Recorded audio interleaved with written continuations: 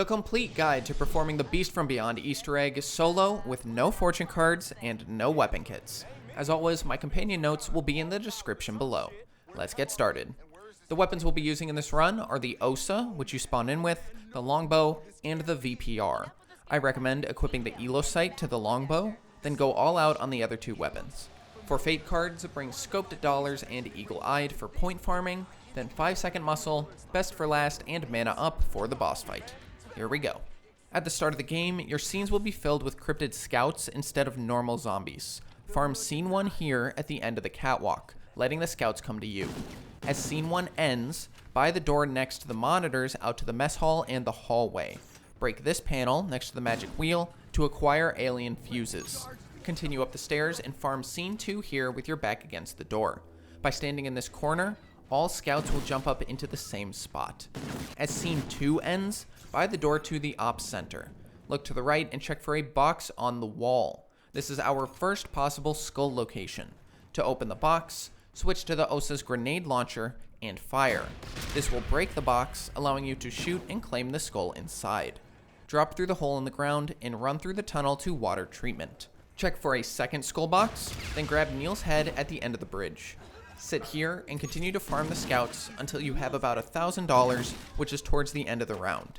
You should earn your first fate card here, so activate scoped dollars. Drop down into the water and run back towards spawn, buying the door and completing the loop. Approach the monitors and interact to place Neil.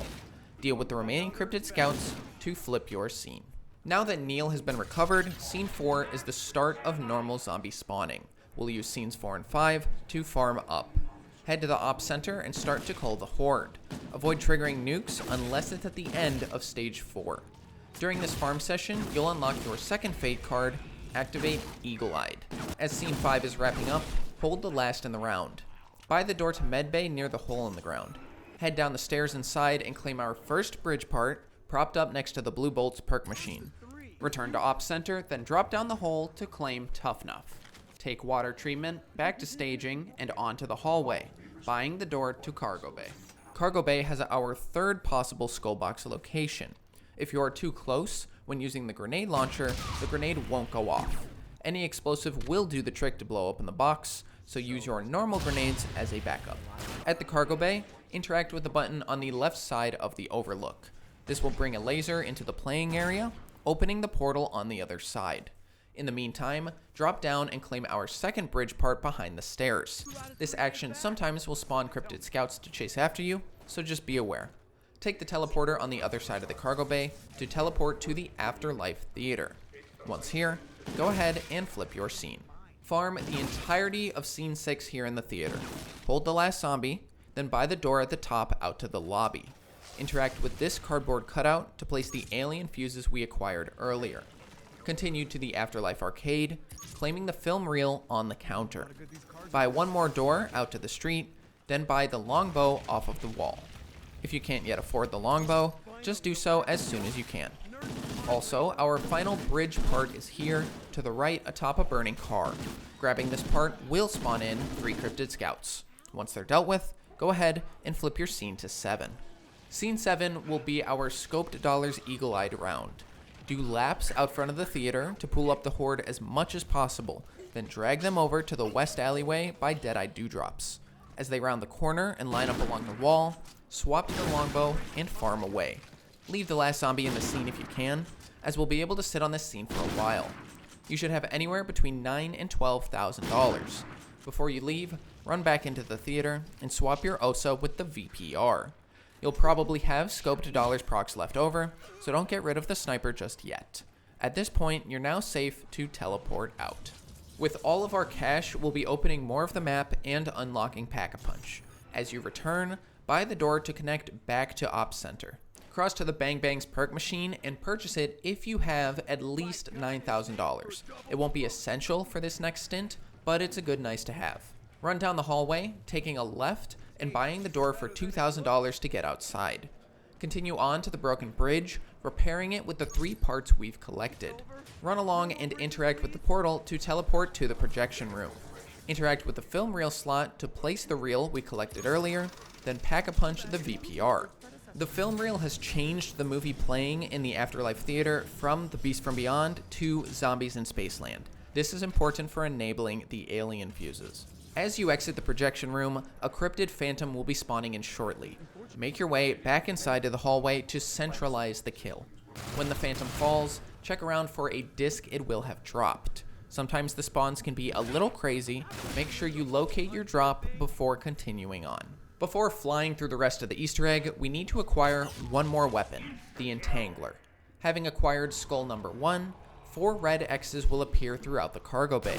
Everyone in the game will need to stand on a red X to begin the ritual to spawn in skull 2. There is one on the first overlook, one on the crates that extend into the center, one down low beneath the opposite overlook, and another in the open in front of where skull 2 rises.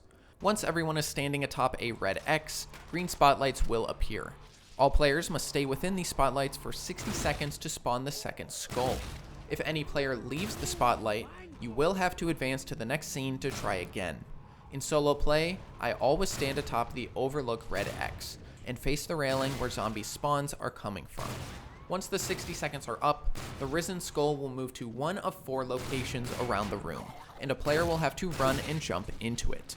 These locations are the overlook stairs, the overlook drop down, the crates in the middle, and the teleporter overlook drop down. The excess zombies will despawn upon grabbing the second skull, and the Entangler will be in the middle of the room available to claim. Everything is now in place to complete the Easter egg. Technically, we could get to the boss fight without advancing a single scene more. First up is the disc step. Across the map are 4 discs that we will have to locate and bring to Neil. The first disc we'll check is from the phantom we killed a moment ago. Return to that disc and track the symbol that you see. The second disc is in the nearby vent. Using the Entangler, pick up the disc and throw it into the vent at the back. It will then appear in front of one of the 7 nearby vents. At upper hallway near the drop, at upper hallway near the door, at lower hallway in front of the vent corridor, at lower hallway next to cargo bay, at lower hallway across from cargo bay, at mess hall near Neil, or at staging next to the magic wheel. Track this second disc as well. The third disc requires the Entangler too. Grab the space helmet from upper hallway and bring it over to medbay. You cannot drop it at any point. Aim through this field door and throw the helmet at the top of the screens. Breaking a screen will drop the door, giving you access to another disc. Track this disc as well. If you drop the helmet, you'll have to find another, for example at the mess hall. All helmets will respawn given enough time. The fourth and final disc is out by the projection teleporter. Take a left and locate the disc next to the pole. Interact to pick it up. With our 4 discs determined, we now need to figure out what order to place the discs at the Neil station. Once a disc is placed, it cannot be changed, and once you have input an incorrect sequence, you will have to advance to the next scene, and the disc symbols will change in order to try again. Using this cheat sheet, compare the 4 symbols you found to a given row. In my case, all of my symbols belong to row 2. Your discs will need to be placed in the slots corresponding with their relative order from left to right. In my case, the mountain symbol will be first, followed by the V with a dot, the angel, and finally the plus. Insert the disc from outside into position, then fetch all the other discs and place them in their appropriate slots. My disc from the phantom goes in slot 4, my disc from the vent goes in slot 2, and my disc from the med bay goes in slot 3. If you are correct, your progress panel will change from green to yellow. Neil has now been compromised. We must restore his function by hacking him back to normal. Via the cargo bay, take the teleporter to the Afterlife Theater. Take out the Entangler, then activate the movie wormhole trap. The film reel from earlier that changed the film to Zombies in Spaceland allows us to pull a brute head out of the film and into the theater. Drop it on the ground, then interact to pick it up. Interact with the brute cutout to place that head, charging the alien fuses from earlier. While that's going on, use the Entangler to grab a button off the wall behind the brute. Bring the button into the Afterlife arcade, then throw it into the Beast from Beyond poster, placing it in the movie. If you see flames when you throw the button, You missed, and you'll have to go grab the button again. Return to the cutouts and claim your now charged alien fuses for double pack-a-punch. Return to the film and enter the now open doorway to the med bay. Interact with the new button beneath where we claimed the disc earlier. Over in the operating room, a 4x4 grid of rods has been revealed, with half of them vertical and half horizontal. To complete the hack, screenshot or write down all of the rods that are currently vertical. This step can be completed using either the vertical or horizontal set of rods. I choose vertical for consistency. To complete this step, you will have to interact with every currently vertical rod per hack wave. As you interact with the rods, the others will change, but those changes can be ignored for the moment. Continue to interact with the rods that you wrote down earlier, and once you've done them all, that's a hack wave completed.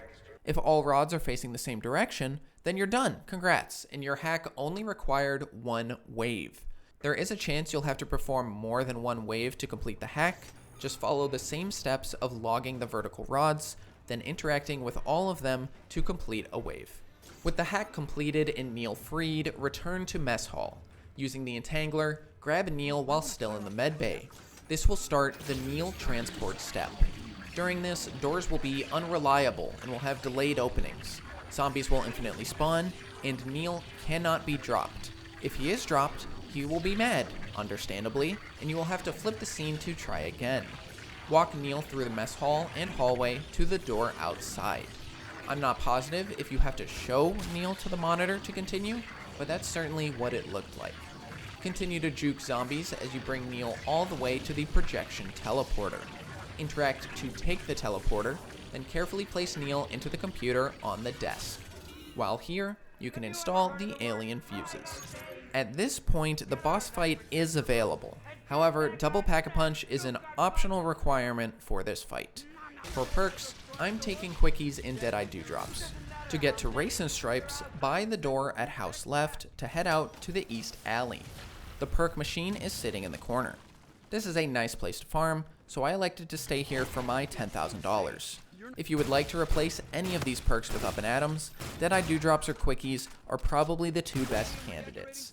This boss fight does happen to include consumable perk drops in the play area, so you wouldn't be screwed after returning from an Up and Atoms respawn. With your $10,000 and full perk set, return to the projection room, pack-a-punch your VPR, and interact with Neil to begin the boss fight. Welcome to the boss fight. There are 4 phases in total. Activate 5-second muscle at the start of Phase 1, Rhinos. A laser will enter the arena from above. It will slowly target a crate and fire, blowing open the door and revealing a cryptid rhino. Pump damage with the VPR into it. If you have Tough Enough, you'll be able to tank a hit. It should take less than a single mag to take down a rhino. After a moment, the laser will swivel to the next crate. Repeat the same thing. This will happen 2 more times, blowing up 2 more crates on the other side of the initial play space. After 4 rhinos have fallen, interact with the golden ammo crate in the middle to top off the VPR. Exit out the center through the most recent crates and into this corner. Phase 2 is cryptid portals. Across 3 rounds, portals will open across the arena. Round 1 will be the portals in front of you spawning scouts. Tap away at the cryptids as they appear. Once the spawns stop, you can start making your way towards the covered ramp. When the barrier drops, run up and onto the ledge on the side of the map. Stand in this corner and look back to manipulate enemy movement. Round 2 features both scouts and phantoms, but with this positioning, they'll all funnel right into your crosshair. As round 2 ends, fill up on ammo at the golden crate, then hold the covered ramp we ran through earlier. This 3rd round has all portals open, and the laser in the middle will be firing at you. Since we're covered, we'll be safe from the laser. Just be wary of the particle effects obstructing your vision. I recommend hugging the right wall to see as best you can. Partway through the 3rd round, a rhino will spawn, announced by a character voice line.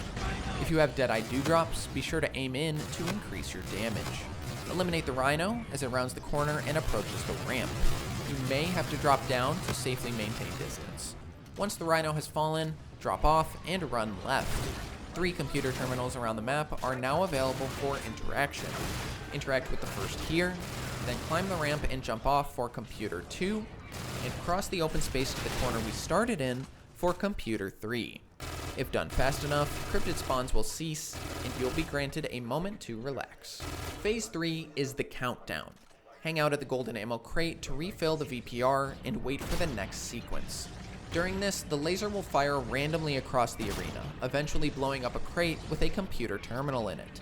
This has now started a 99-second countdown. You must survive until the countdown completes, and the computer is available for interaction. The strategy I recommend is simply to outpace the horde. I have tried using the sentry guns available to fight back, but it overcomplicates things and breaks apart the train. Run a clockwise lap around the map, only ever eliminating cryptids that have spawned in front of you and are blocking your path. A single rhino will be among the cryptid spawns, but by doing laps like this, the rhino's pathing should keep it trapped in the center. The difficulty on this step is truly night and day depending on how hard you fight back. Honestly, less is more. As time draws near, you can check countdown progress through this crate gap every lap. When the terminal is ready, safely make your way over and interact to immediately despawn all zombies and complete the phase. The fourth and final phase is dual mammoths. Refill your ammo, then head up to the second level. After a moment, the laser will blow open a crate containing 2 copies of a new enemy, the cryptid mammoth. These guys are essentially rhinos with 20 times the health. Your final task is to eliminate them both. To do so, continue to kite in the same manner we did during the countdown step. Take advantage of Did I Do Drops' ADS buff, getting ahead of the mammoths and aiming in early. We'll kite them up the covered ramp, along the back wall, up the open ramp, then across the open first portal wall, and up the ramp again. As the mammoths take damage, they'll drop fire deposits on the ground. These fire deposits will not go away for the rest of the game. They do small amounts of damage, but they will add up as time goes on. Every once in a while, some cryptid scouts will spawn in via the portals and join the fight as well. They aren't a big nuisance, but do be aware of their existence. When you run out of ammo, make sure your mammoths are in good positions for you to run into the center and restock, often cutting your current lap short. Mana up is highly recommended for this step, as you'll eventually get to the point where a portion of your play space is so covered with fire that you have to tank it using mana up, and afterwards, maybe even begin to alter your route. We haven't yet used the ledge with the perk candies, so if your loop is too filled, pivot to that area in the later stages. Mammoth's death sounds didn't seem to be the loudest thing in the world, so you may not even notice when one drops. Continue to turn and burn, refilling your ammo when you need. When the second mammoth falls, that's the Easter egg complete. As a timing reference, Phase 1 takes 1 minute, Phase 2 took me 2.5 minutes, Phase 3 takes 2 minutes, and Phase 4 took me 4.5 minutes. Enjoy the cutscene and the completion of the end. Don't end your game just yet, because there is one last thing you have to do. After the cutscene plays, you'll be dropped in front of the projection room portal. Take the teleport to Pack-a-Punch and interact with the jar on the table. This will insert the soul key into the jar, releasing its power into the Pack-a-Punch machine. This final step is what unlocks the Director's Cut game mode and must be completed within the same game that the soul key was acquired. And that's the Beast from Beyond. Thanks for watching. If you liked the video, like the video. If you want to see more zombies Easter egg guides, subscribe down below. And as always, I've been Noodles, you've been awesome, and I'll see you next time with Infinite Warfare Director's Cut and Mephistopheles.